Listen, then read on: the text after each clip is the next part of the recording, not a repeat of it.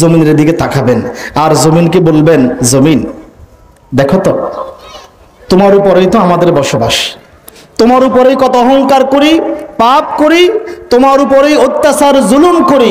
জমিন, আমাদের পাপের বোঝা অনেক ভারী হয়ে গেছে, তুমি আমাদের পাপগুলিকে বৃষ্টির পানির মতো করে এই রমজান মাসের ইবাদতের বৃষ্টির সাথে ধুয়ে মুছে আমাদের পাপগুলি পরিষ্কার করে আমাদেরকে সুন্দর, আমাদেরকে ইমানদার হিসেবে কবুল করে নাও। হে জমিন, আমাদের পাপগুলির ব্যাপারে তুমি সাক্ষী, পৃথিবীর কেউ দেখে নাই কত পাপ করেছিলাম। জমিন, তুমি কিন্তু দেখেছ, তুমি আল্লাহর কাছে আমাদের বিরুদ্ধে সাক্ষী দিও না। জমিনকে বলেন, আর জমিনকে বলেন, দেখো জমিন, আমি তো আল্লাহর বান্দা, তুমি আমার বিরুদ্ধে সাক্ষী দিও না।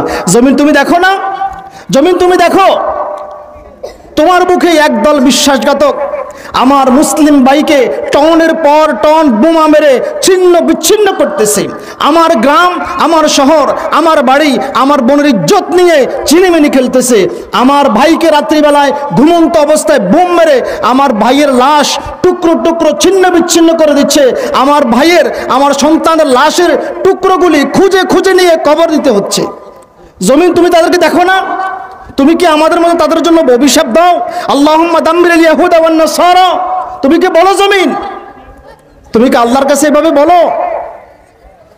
দেখো জমিন, ওই দিন দেখলাম, আল্লাহ আল্লাহ, আমার একটা সন্তান মারা গেছে গত কয়েক বছর আগে, কোরবানির ঈদের আগের দিন। সেই যন্ত্রণা আমি এখনো বলতে পারি নাই। অসুস্থ ছিল, হওয়ার পর থেকে অসুস্থ মারা গেছে।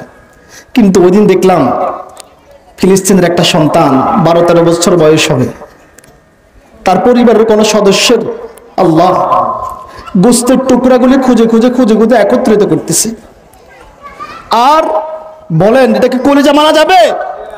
কোন সন্তানের সামনে তার পিতার শরীরের টুকরোগুলি, মানুষ আমরা যেরকম কোরবানির সময় আমরা গোস্তগুলি খুঁজে খুঁজে আনি, ঠিক ওই শিশুটা হয়তোবা তার ভাই হবে, হয়তোবা তার মা, হয়তোবা তার পিতার শরীরের গোস্তগুলি, হাতের কবজি, মাথার খুঁড়ি খুঁজে খুঁজে খুঁজে খুঁজে এনে একটা পলিথিনে নিতেছে। জমিন, তুমি কি এগুলো সহ্য করো? তুমি কি তাদের জন্য অভিশাপ দাও না? জমিনকে বলবেন, আর বলবেন, জমিন তুমিও আমাদের জন্য আল্লাহর কাছে ক্ষমা চাও, আল্লাহর কাছে ক্ষমা চাও। আল্লাহকে বলবেন, আল্লাহ বিগত একটা মাস তো তোমাকে সন্তুষ্ট করার জন্য আমরা গোলামি করেছি, আমাদেরকে ক্ষমা করে দাও না। আল্লাহ তাআলা আমাদের সকলকে ক্ষমা করুক। সকলে বলি আমিন। আলোচনা দীর্ঘায়িত করব না, সর্বশেষ